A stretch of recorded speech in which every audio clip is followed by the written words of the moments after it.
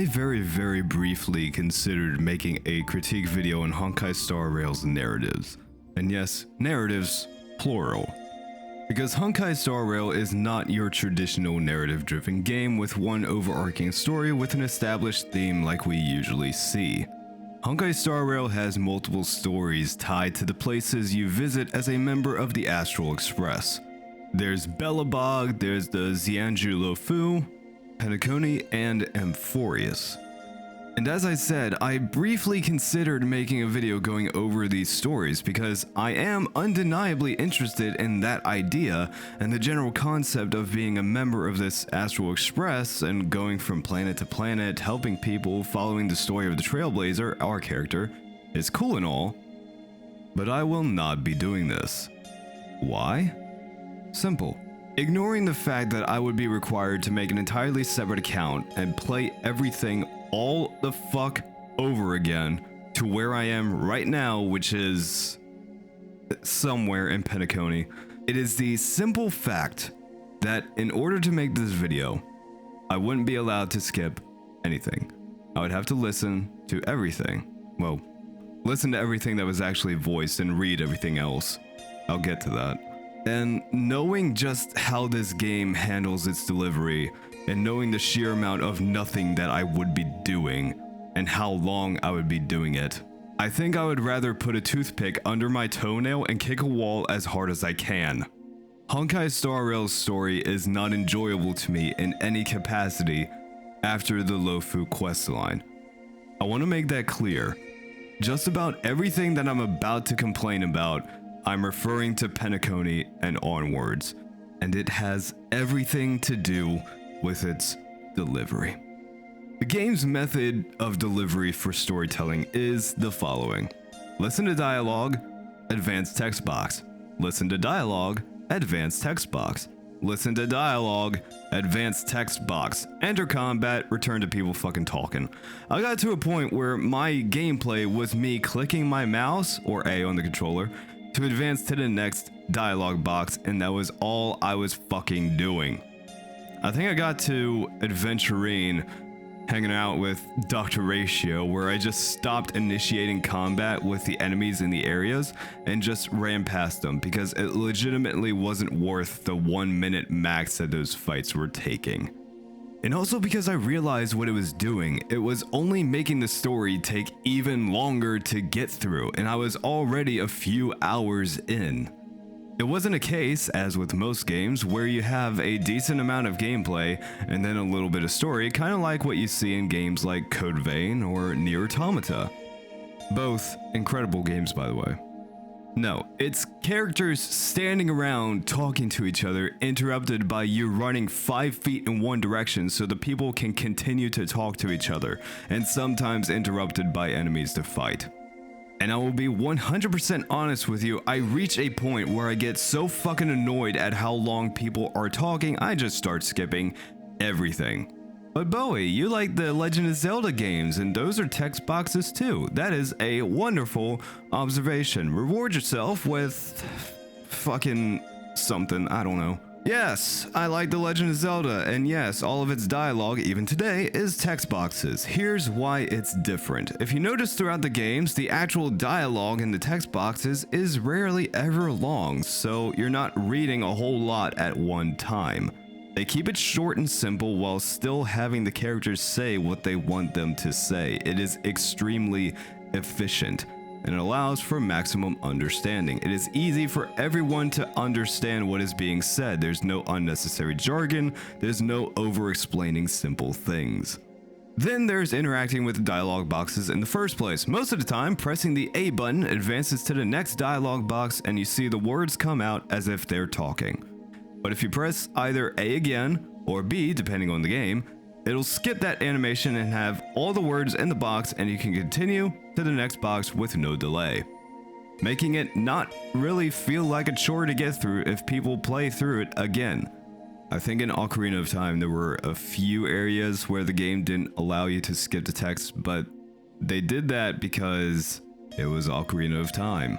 They didn't really do voice acted cutscenes for that game, but they still had information that they wanted to make sure the player saw and understood. Twilight Princess, if there's something they want the player to see, they just show you. What a concept. Then you have the gameplay itself, which is exploring the world and going through dungeons, and there is a good healthy balance between how much characters talk to each other and the gameplay. I think The Legend of Zelda is an example of a series that does this kind of thing very well. So in other words, the gameplay is characters talking, some story stuff, and then you play the game. Now, is that not just the craziest thing you've ever heard? The most recent titles, Breath of the Wild and Tears of the Kingdom, handle it a little bit differently. And I think it can be more comparative to HSR. I'll use Breath of the Wild since they're basically the same game. In Breath of the Wild, you still have dialogue and text boxes, and they behave relatively the same as the older games, so they're still not annoying to deal with. However, this time, the super important story bits have a lot of talking among the characters. Okay, cool, so how did they make sure the players didn't get burnt out by all the dialogue? They put them in voice-acted animated cutscenes. And outside of the 3 or 4 times that Zelda talks to you, the only voice acting in the game is in the cutscenes. Everywhere else is a text box that you can read at your own pace and advance at your own pace. Now here's how HSR handles narrative. Just like Zelda, in HSR you can press the A button or click the mouse a second time to fill the text box so you can read the words and then skip to the next text box. But Bowie, why would you do that? Honestly? Because I can fucking read the words faster than the voice actors can say them. And look, I like really good dramatic voice acting as much as the next guy, but I mean this with all sincerity, and I don't mean to sound like a jackass. I think the voice actors take way too long with the fucking lines. By the time they finish speaking, I've already read what they said like a minute ago. However, every now and then, the game will simply not allow you to fill the text box, thus not allow you to skip until all of the words fill the text box and the character has stopped talking, creating the most apparent representation of a stop and start conversation I have ever seen. So if you come from the games that I came from, that'll be a nice surprise for you. And as I said, there is a lot of dialogue. People talking to each other is the game's main method of delivery for its narrative, and it does not do it effectively. It's either mostly useless dialogue that doesn't fucking mean anything, exposition that could have just been shown to the player, thus taking less time, or explaining shit that honestly doesn't need to be fucking explained. And almost everything that every character says that's important to the narrative can absolutely be significantly shortened. And I mean that for every main story quest, not just Penacony or Amphorius, all of them. But like I said, I am mostly talking about Penacony. And for the people that don't already know, Penacony's quest line is like 12 to 15 hours. Not Honkai Star Rail, the game as a whole, the fucking singular quest line is 12 to 15 hours. The longest I've seen someone play was 20. And I've heard that Amphorius is longer. I want y'all to understand. I could have binged the entire trilogy of Lord of the Rings, the extended editions, and the time that it took me to get here.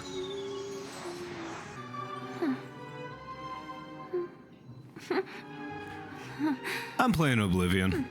Sometimes they realize that you've been staring at the same fucking characters standing around in the same fucking poses at the same 2 camera angles for the last 2 hours, so they replace the in-game visuals with a fucking picture, because that'll help.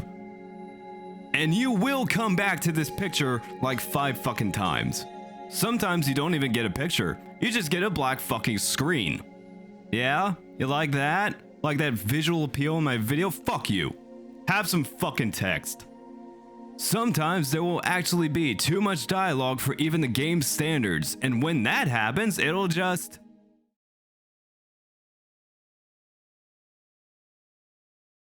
Yeah, it fades to black mid-scene and gives you a fucking summary. Like, motherfucker, are you serious? Are you actually serious right now? Actually, we've already met the watchmaker.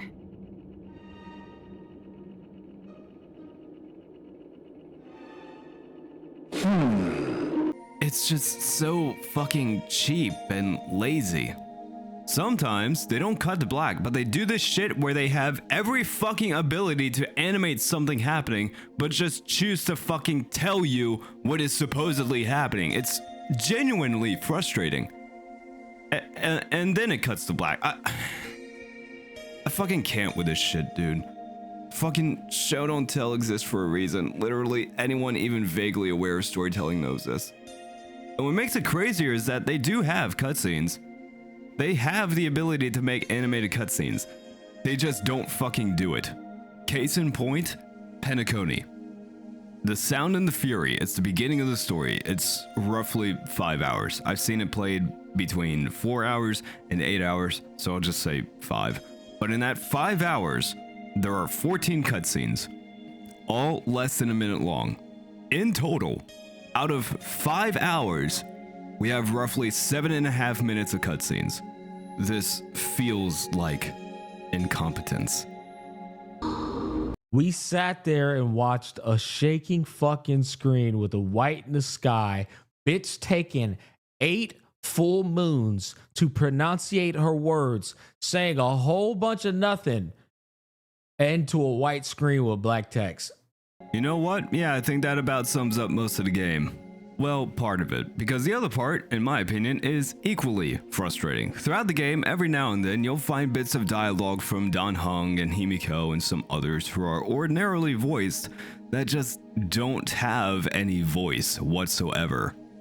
And I'll tell you, the first time that it happened to me, it was so fucking jarring and I was confused as fuck. To my understanding, it's because of some kind of strike going on. And I think I get that Hoyo's attitude is like, oh, they don't want a voice? That's fine. We'll just have this bit without the voice. But they either don't realize just how fucking jarring that is, or they don't care. And I'm pretty sure it's because they don't care. And then we got another pet peeve of mine, and it's the pacing. Not the stories, the dialogues. Still talking about the dialogue. This shit happens more often than it should, and it completely sets me off. Here. And just for context, I'll put this interaction on auto just so you can understand how awkward this shit can get with no input from the player. Saving the world? What a righteous act of beauty! If that's the case. No, that won't do. The rules of the contest are sacred and inviolable, just like the beauty. What would be the noblest choice? That's right. This magnificent dream is built upon the Stellaron and the countless sacrifices of many people. Oh, to encounter deeds so vile they stir one's very soul. However, present-day Penacony bears no marks of the Stellaron's taint, and the family has always been renowned for spreading harmony. Now, I want you to imagine that for almost every piece of dialogue across 15 hours. It's just so inefficient. It wastes so much time, and it fucking kills my attention span every goddamn time. It's bloated with useless shit. And this kind of thing would be less of an issue if you didn't have voice acting, because you wouldn't need to wait for the character to stop talking to play the animation. And the second of silence that happens wouldn't be noticed at all because there's no voice. I want to like this game because my friend likes it. I started playing this game because of my friend, my good buddy, Z. And when he first told me about this game, I was like, bro, I'm super stoked that you like this game and you want me to like it too. Love that. I don't know, man. This looks like turn-based shit, brother, and you know I don't play games like that. I don't like turn-based games. I don't like strategy. I'm a Legend of Zelda, Oblivion, Skyrim kind of guy. I'm telling you right now, I'm not gonna like the gameplay. And he said, yeah, but you can auto-battle most of the fights, so you don't have to do anything. I'll help you figure out the gear and all that, but the story is really good. And I was like, okay, I'll try it. Because he knows that story is super important to me. I'm a huge narrative guy, and to his credit, I liked the start of it. I was all right in Herta Station, the fucking tutorial area, I paid attention the whole way through Belobog. Belobog was fine. It was kind of losing me halfway through the Lofu. I had some things to complain about by the end of it, but I was still paying attention to it. And then I hit Penacony, and I fucking can't.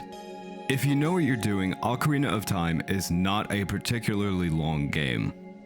If you know what you're doing in HSR and you have maxed out characters, Penacony is still going to be 12 hours minimum. You know why? The majority of that quest is this. It's just incredibly painful, and it's because there's so much unnecessary shit in the dialogue. I am seriously willing to wager that Penacony can be told in 3 hours if it utilized efficient story writing instead of character exposition dumping and word vomiting everything. There's more that I could say, but that would be entering review territory, and I'm not doing that.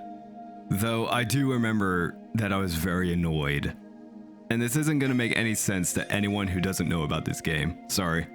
But I was very annoyed once I found out that no one was actually fucking dead. And the reason why is if the purpose of the deaths and subsequent reveal that the people were not actually dead was to confirm to us, both audience and characters, that people can't die in the dreamscape, then I feel like that whole sequence in that aspect is a massive waste of time, because it's only telling us something that we already knew.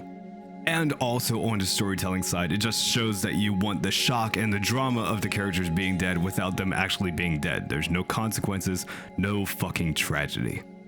And speaking of characters, how many characters are you gonna have with tragic backstories, and how many of them do you expect me to care about? March 7th has a tragic backstory, Dan Heng has a tragic backstory, Adventurine has a tragic backstory, Firefly has a tragic backstory, Acheron has a tragic backstory, Young Ching has a tragic backstory, Sunday has a tragic backstory. Brother, by the time they started yapping to me about Adventurine, I didn't fucking care anymore. But it's okay, they make up for it with super awesome NPCs like Man with Luscious Hair. There's also a huge factor of ludonarrative dissonance, I believe that's the term for it, where the narrative doesn't match the gameplay, and that's something that I always have a hard time with. For example, Welt, this guy, has the ability to create black holes. You know, the super dangerous things in space that'll wreck your entire existence if you happen to enter its general vicinity. Yeah, he can just make those, and I think he's narratively supposed to be one of the most powerful characters in the story. You know what he does in gameplay? I just knock him over a little bit. Can you tell I'm a narrative guy yet? Oh, and I heard some talk about the power creep that's happening in HSR, and I'm gonna be real, it doesn't surprise me at all. Characters that previously broke the game being on the bottom of the list, characters holding their own but still being under the newest release characters. I mean, it's just obvious what this is. With every new character that drops, all the existing characters will go down, and that's just the cycle. The newest characters will always be the best, and that's just to get you to keep playing, keep grinding, and keep buying. And as I said, it doesn't shock me in the slightest. Why? Because Warframe has been doing something similar to this for years, long before HSR was even an idea. You either have to grind to get the frame blueprints, those being the helmet, body, and system, and then you have to grind for materials to build those parts in order to get the new frames. And the regular frames are okay, but the ones you really want to go after are the prime variants. You can only get those blueprints by opening void relics obtained from void fissure missions. So again, grind to get the blueprints. Or you could buy some of that premium currency and just buy the frames. And every new character is the super good character that makes the game a little easier, and everything that used to be good gets nerfed a little bit, and the old prime variants get vaulted. Sometimes, some older primes will be brought back and they'll be good again until the next character drops. Sound familiar? Granted, the two games are very different, and what's specifically happening in HSR is different. But I digress. I will say though, Z told me time and time again that the game gives plenty of gems to do pulls, and to his credit, he was right. I am fairly happy to say that I haven't spent any money on the game, don't plan to either, and I have plenty of characters. Gear's a different story, but I have the characters. I should be the only one getting praise, shut the fuck up. Conclusion, I really want to like Star Rail, and I do want to talk about those stories, but I just can't, man. When I say delivery is everything, I mean it. And with Star Rail's delivery from Penacony and apparently onwards, I would be here for the rest of my fucking life from how long it would take me because of how mind-numbing it is, and there's just simply more interesting shit to talk about. But Bowie, you could just watch any of the quest playthroughs on YouTube to get the story and then talk about it. That won't solve the issue. I don't know, man. I don't know. Anyway, with all of that said, not all of my time has been bad, and I do wholeheartedly believe that if you really want to experience a game with some pretty damn good graphics, decent story overall, and decent gameplay, then Withering Waves has a lot to offer.